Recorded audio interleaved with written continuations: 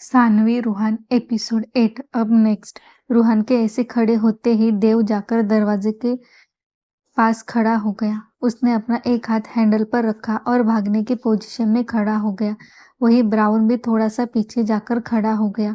वो प्रिंसिपल अपनी डरी सहमी आंखों से रूहान को देखने की कोशिश कर रहा था, पर बेचारा नहीं कर पा रहा था। रूहान ने उसके पास जाकर अपने गर्दन को बहुत ही डरावने तरीके से दाएं और बाएं तरफ मोड़ दिया और फिर अपने दोनों हाथों की उंगलियों को आपस में मिलाकर उसे कड़ा कड़ा बजा दिया। उसकी आवाज भी इतनी ज्यादा डरावनी आ गई थी कि प्रिंसिपल खड़े खड़े कांपने लगा। वो बेचारा अभी सदमे में ही था कि तभी रूहान ने अपने दोनों हाथों से पंचिंग बैग की तरह प्रिंसिपल के दोनों आंखों को मुक्के से धो दिया। बेचारा प्रिंसिपल, उसे तो कुछ समझ ही नहीं आया और रूहान ने उसका पूरा चेहरा काला नीला कर दिया। उसकी दोनों आंखें सूज गई थी। जब रूहान का मन शांत हुआ तब जाकर उसने प्रिंसिपल को छोड़ दिया और फिर उसके बालों को कसकर पकड़कर उसका सर ऊपर उठाकर बहुत डरावने लहजे में बोला, आगे से ध्यान रखना प्रिंसिपल, अगर तुमने मेरी वाली के ऊपर आंख उठाकर देखने की भी कोशिश की या फिर किसी ने भी उसे आंख उठाकर देखा तो ये सिर्फ डेमो था। अगली बार सीधा आंखें निकाल दी जाएगी। इतना कहकर रूहान ने उसके बालों को जोर से खींचते हुए पीछे की तरफ धकेल दिया, जिससे प्रिंसिपल चेयर लेकर पीछे की तरफ गिर पड़ा, जिससे जोरदार आवाज हुई। रूहान ने अपने कोट को सही किया और तेज कदमों के साथ दरवाजे की तरफ जाने लगा, जिसे देख देव ने झट से दरवाजा खोला और बाहर जाकर खड़ा हो गया। रूहान जब बाहर आया तो उसकी नजर एक जगह पर जम सी गई। सानवी बाहर आने के बाद पूरे कॉलेज को देख रही थी। वह जिस जगह पर खड़ी थी वहां से पूरा कॉलेज का ग्राउंड से लेकर फ्लोर तक दिख रहे थे, जिसे वो खुश होकर देख रही थी, क्योंकि सच में वो कॉलेज बहुत ही ज्यादा बड़ा और खूबसूरत था। वहाँ के लड़के और लड़की बहुत ही ऊंचे घराने के लग रही थी, जो हंसी टिटोली करते हुए मजे कर रही थी। उन्हें देख सानवी के चेहरे पर भी मुस्कान आ गई थी। इस वक्त उसे ज्योति की बहुत ज्यादा याद आ रही थी, जिस कारण वो मायूस हो गई। रूहान जो बाहर आकर सानवी को हंसते हुए देख रहा था, उसे हंसते हुए देख रूहान के चेहरे पर हल्की सी मुस्कान आ गई। सच में उसकी हंसी बहुत ही ज्यादा खूबसूरत थी, मानो कोई रंगीन तितली अपने पंख फैलाए छोटे छोटे पौधों और फूलों के ऊपर नाच रही हो। लेकिन जैसे ही सानवी का चेहरा उदास हो गया, रूहन तेज कदमों के साथ उसके पास जाकर खड़ा हो गया और उसके कमर को पकड़ते हुए धीरे से बोला, व्हाट हैपेंड माऊ। सानवी ने उसे एक नजर देखा और फिर अपना सर झुकाते हुए बोली, कुछ नहीं। उसे शांत देख रूहान को बिल्कुल भी अच्छा नहीं लग रहा था, लेकिन उसने उसे ज्यादा फोर्स नहीं किया और उसे लेकर कॉलेज के बाहर आ गया। सानवी भी बिना कुछ कहे उसके साथ चली जा रही थी। कुछ ही देर में वो लोग गाड़ी में बैठे हुए थे। सानवी इस वक्त चुपचाप बैठी हुई थी। उसे इतना शांत देख रूहान ने उसके कमर में हाथ डालकर उसे अपनी तरफ खींच लिया। रूहान के ऐसे खींचने से सानवी की नजर उसके ऊपर पड़ी तो रूहान ने उसे एक लुक देते हुए कहा, किस में माऊ। रूहान की बात सुनकर सानवी का चेहरा अजीब सा हो गया और वह रूहान को देखने लगी, जिसे देख रूहान ने कहा, don't look at me like that माऊ, जस्ट किस मी। उसकी बात सुनकर सानवी हड़बड़ा गई और पीछे की तरफ खिसकने लगी, जिसे देख रूहान ने उसे और कसकर पकड़ लिया, जिससे सानवी के होठ सीधा रूहान के होठों से जा मिले। लेकिन रूहान ने कोई हलचल नहीं की, जिसे देख सानवी ने अपनी आंखें बंद कर दी और उसे किस करने लगी। जैसे ही सानवी ने उसे किस करना स्टार्ट कर दिया, रूहान ने उसे कसकर पकड़ लिया और उसके होठों को पैशनेटली चूमने लगा। रूहान के ऐसे चूमने से सानवी का ध्यान डाइवर्ट हो गया और वह अब रूहान की किस में खोने लगी थी। कुछ देर बाद रूहान ने एक गहरी चुंबन के साथ उसे छोड़ दिया। जैसे ही सानवी ने रूहान से अलग हुई, वो तेजी से सांसें लेते हुए अपनी बढ़ी हुई धड़कनों को शांत करने की कोशिश करने में लगी हुई थी और रूहान अपने उल्टे हाथ से अपने होठों को पोंछते हुए उसे ही देख रहा था। उसकी ये हरकत देख सानवी का दिल और जोर से धक धक करने लगा और उसका पूरा चेहरा शर्म के मारे लाल हो गया। सानवी की यह अदा देखकर रूहान ने अपने सीने को बुरी तरीके से मसलते हुए बहुत दीवानगी से कहा, उप सानू बेबी, तुम मुझे अब अपना कंट्रोल खोने के लिए मजबूर कर रही हो।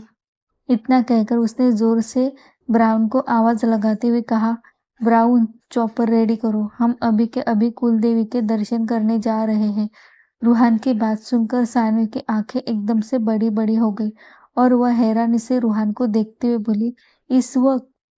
रूहान ने अपना सर हाँ में हिला दिया, जिसे देख सानवी बोली, मुझे चॉपर से डर लगता है।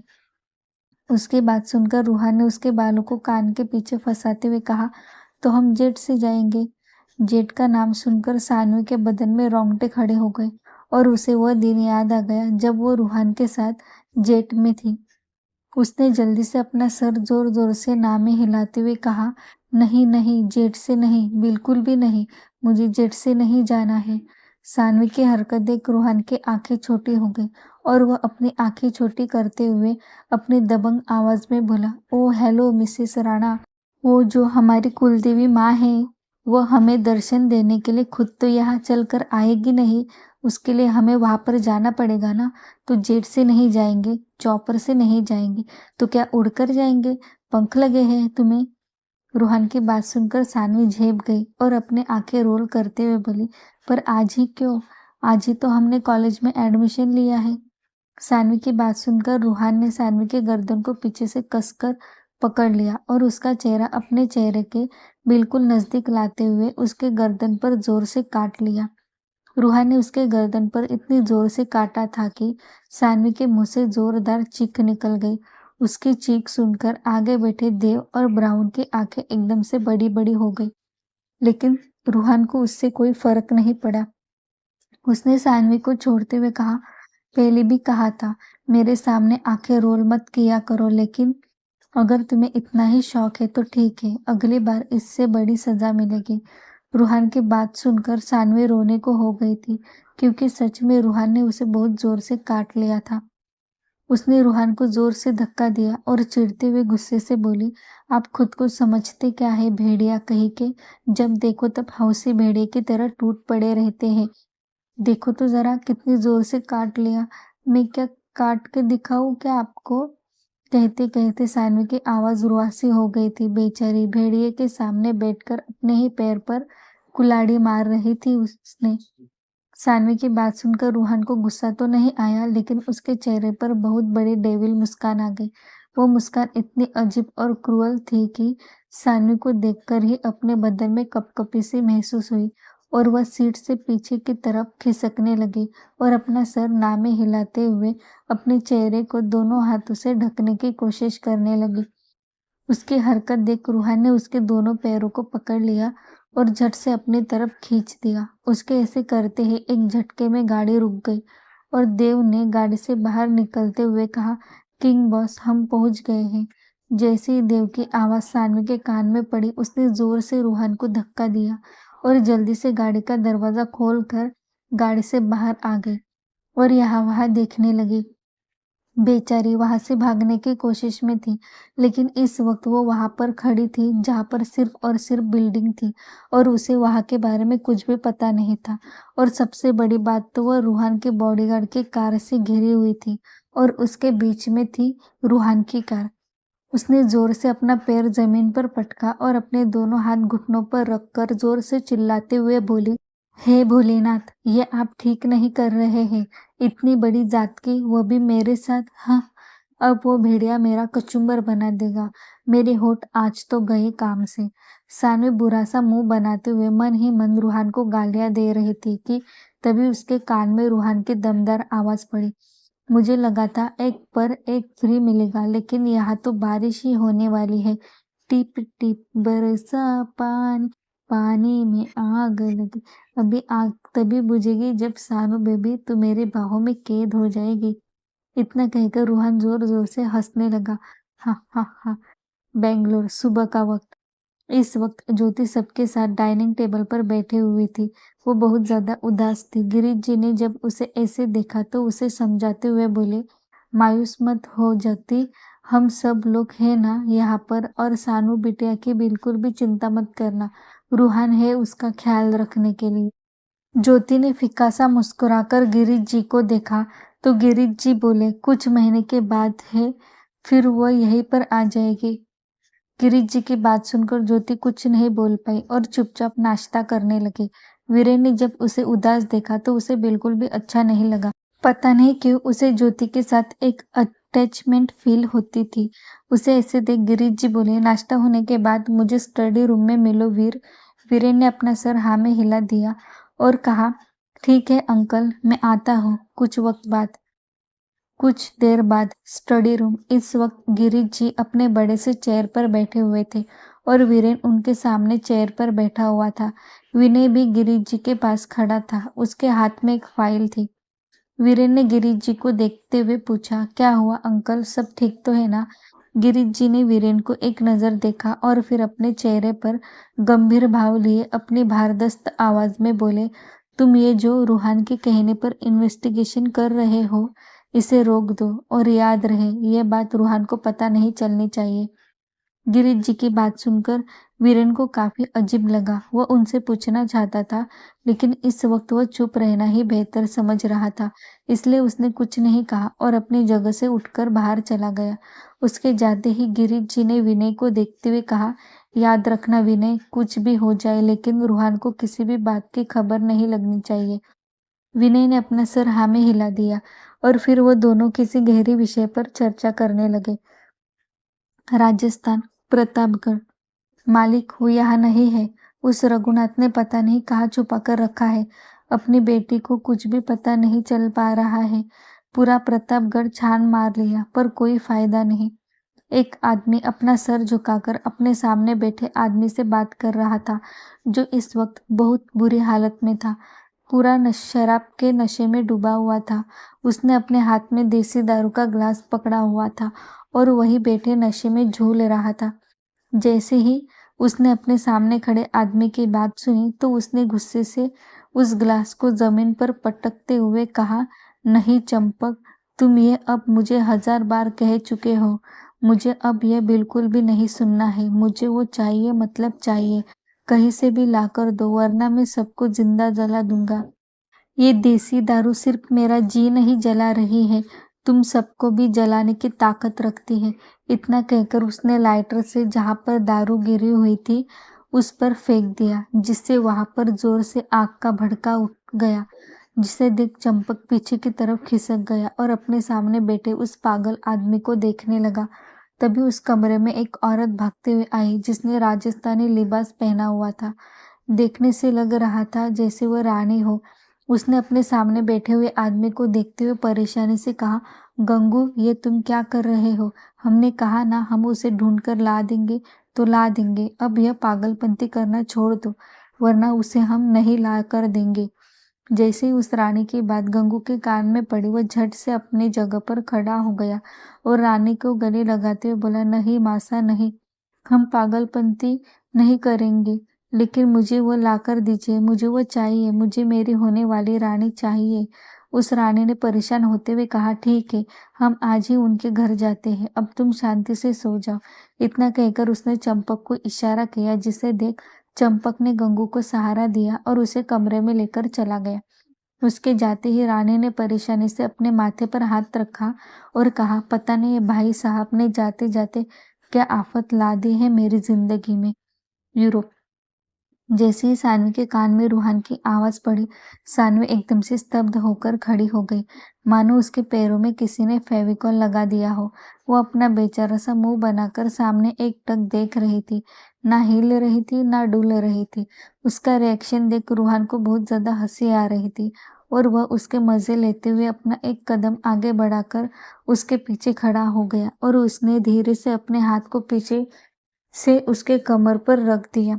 फिर धीरे धीरे अपनी उंगली को टिक टॉक करते हुए उसके पेट पर लेकर चला गया।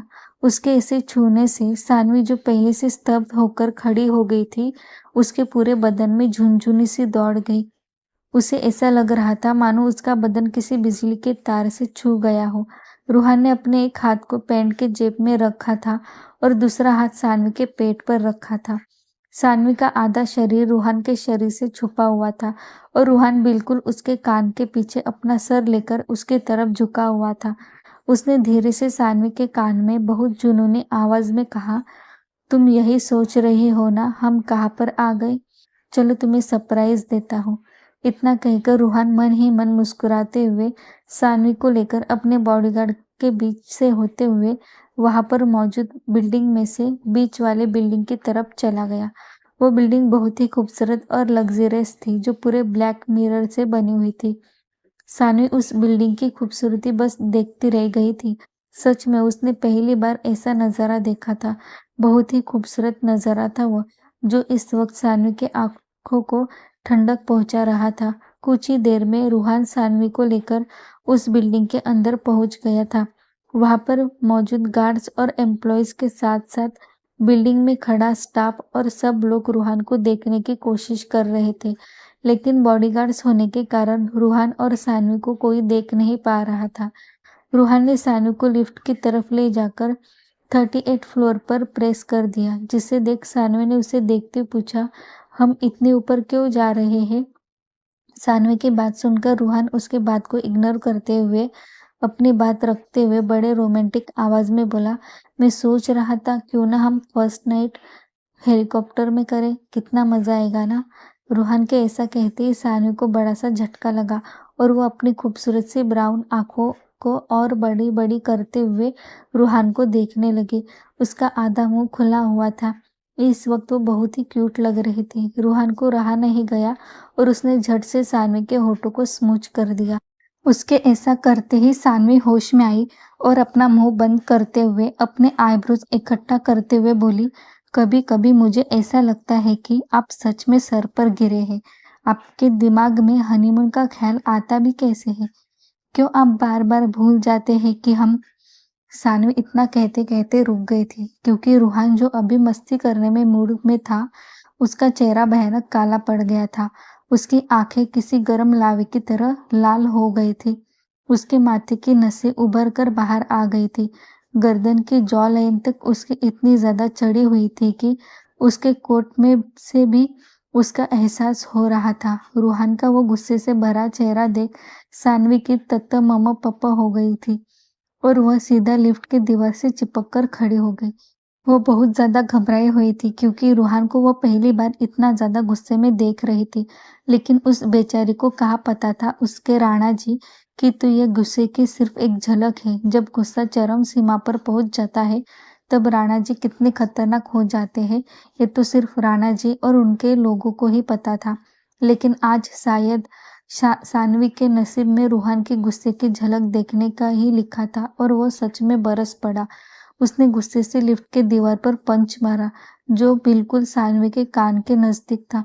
इतने नजदीक कि उस आवाज से सानवी की आत्मा तक हिल गई। उसका दिल जोरों से धड़कने लगा। डर के मारे उसकी हार्ट बीट्स इतनी ज्यादा बढ़ गए थे कि उसे ऐसा लग रहा था बस और एक सेकेंड और उसका हार्ट ब्रेक हो जाएगा। रूहान ने गुस्से से लिफ्ट के दीवार पर पंच मारा और उसी हाथ से सानवी के गर्दन को पीछे से कसकर पकड़कर उसके चेहरे को बिल्कुल अपने चेहरे के सामने कर दिया। ये सब कुछ इतनी जल्दी हुआ कि सानवी को कुछ भी समझ नहीं आया और वह अपनी डरी सहमी नजरों से रूहान के आंखों में देखने के लिए मजबूर हो गई, क्योंकि रूहान ने उसके गर्दन को पकड़ा ही इस तरह था कि सानवी ना चाहते हुए भी उसके आंखों में देख रही थी। रूहान ने उसका चेहरा इतना नजदीक कर दिया था, उन दोनों के नाक आपस में टकरा रहे थे। उसने गुस्से से सानवी के चेहरे को देखते हुए अपने भयानक दहशत भरी आवाज में बोला, गलती पर गलती, गलती पर गलती, सब कुछ माफ कर रहा हूँ। इसका मतलब ये नहीं मिसेस राणा कि तुम बार बार मेरे गुस्से को हवा दो। कितनी बार कहा है, मुझे छोड़कर जाने का जिक्र तुम्हारे मुंह पर आना नहीं चाहिए। अगर तुमने ऐसा कुछ भी अगली बार कहा या फिर इस 6 महीने का जिक्र तुम्हारे या मुझे छोड़कर जाने का जिक्र तुम्हारे मुंह पर आया तो सच में तुम्हारी जुबान काट दूंगा। मुझे फर्क नहीं पड़ेगा कि तुम्हारी बोलती बंद हो जाए। You are my एडिकेशन। लत लग गई है तुम्हारी मुझे।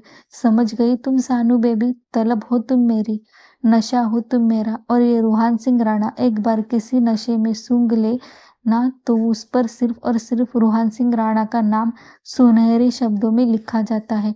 और तुम मेरी तब से हो गई थी जब से मैं तुम्हें देखा था।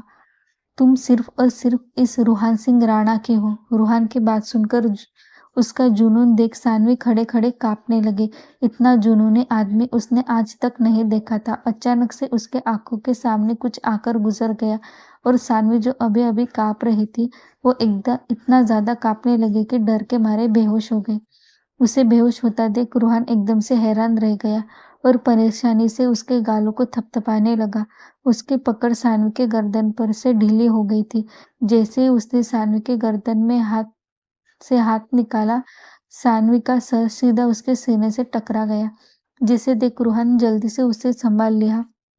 ये अब दूसरी बार था जब सानवी डर से बेहोश हो गई थी। उसे ऐसे बार बार बेहोश होता देख रूहान को कुछ भी समझ नहीं आ रहा था। देखने से तो बिल्कुल भी नहीं लगता था कि सानवी इतनी ज्यादा कमजोर होगी, लेकिन इस वक्त रूहान का दिल और दिमाग एकदम से बंद हो गया था। उसने खुद के हाथों की मुट्ठियां बनाकर लिफ्ट की दीवार पर फिर से एक बार मारते हुए कहा, शिट रूहान, तुम उसके सामने इतना गुस्सा कैसे कर सकते हो? देखो बच्ची डर गई। तब तक वह लोग 38 फ्लोर पर पहुंच गए थे। बाहर ही देव और ब्राउन खड़ा था, जिन्होंने रूहान की यह बात सुन ली थी। सानवी को बेहोश देख देव ने धीरे से ब्राउन से कहा, एक तो खुद बच्ची को डराते हैं और कहते हैं बच्ची डर गई। ब्राउन ने उसे आंखें दिखाई और कहा, लगता है तुम्हें भी बेहोश होने का बहुत शौक चढ़ा है। ब्राउन की बात सुनकर देव ने जल्दी से अपनी गर्दन जोर से राइट और लेफ्ट घुमाई और सीधा खड़ा हो गया।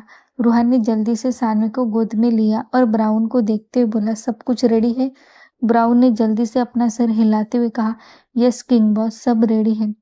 38 फ्लोर पर उस बिल्डिंग का टेरेस था जिस पर इस वक्त रूहान का लग्जरियस चॉपर खड़ा था। रूहान जल्दी से जाकर उस चॉपर में बैठ गया। उसके बैठते ही ब्राउन और देव आगे ड्राइवर के साथ बैठ गए और उनका चॉपर हवा में तेजी से आवाज करते हुए उड़ने लगा। रूहान ने सानवी के मुंह पर कुछ पानी की बूंदें छिड़क दी, जिससे सानवी ने अपने पलकें फड़फड़ाई और धीरे से अपनी आंखें खोल दी। उसे आंखें खोलता देख रूहान के जान में जान आ गई और उसने झट से सानवी को अपने सीने से लगा दिया। वो कितना ज्यादा डर गया था वो तो सिर्फ वही जानता था। उसने सानवी को इतना ज्यादा कसकर पकड़ रखा था कि सानवी को ऐसा लग रहा था मानो उसकी सांसें बंद हो जाएगी। उसने रूहान को धक्का देने की कोशिश करते हुए अपने मन में कहा, अभी अभी बेहोश कर दिया था, अब क्या सांसें भी रोक देंगे राणा जी? हे भोलेनाथ, ऐसा लग रहा है आपने मेरा टिकट कंफर्म कर दिया है। अगर आपको मुझे अपने पास बुलाना ही था तो ऐसे ही बुला लेते, मैं खुशी खुशी आ जाती।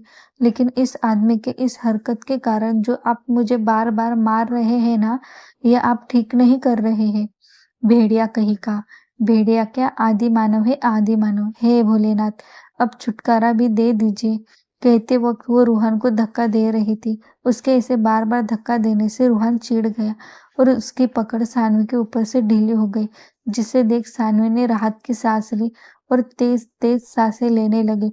रूहान ने उसके पीठ को सहलाते हुए उसके पूरे चेहरे को चूमते हुए पूछा, तुम ठीक तो हो ना माऊ? सानवी ने बेचारा सा मुंह बनाया और धीरे से बोली, आप कुछ दिन मुझसे दूर रहे फिर तो मैं 1-2 किलो वजन तो बढ़ा ही दूंगी। सानवी की बात सुनकर रूहान ने उसे ऊपर से नीचे तक देखा और फिर उसके थाई को सहलाते हुए अपनी हुस्की वॉइस में बोला, ठीक ठाक तो हो और मोटी हो जाओगी तो गोलू मोलू लगोगी। वैसे मुझे तो कोई प्रॉब्लम नहीं है, लेकिन तुम ऐसे ही ठीक हो, ऐसे ही तुम बड़ी सेक्सी लगती हो। रूहान की बात सुनकर सानवी ने मन ही मन अपने माथे पर हाथ मार दिया और आसमान में बेचारा सा मुंह बनाकर देखने लगी, लेकिन कुछ बोली नहीं, जैसे भोलेनाथ से कह रही हो, कैसा नमूना भेज दिया आपने धरती पर, जो मेरे ही पल्ले बांध दिया।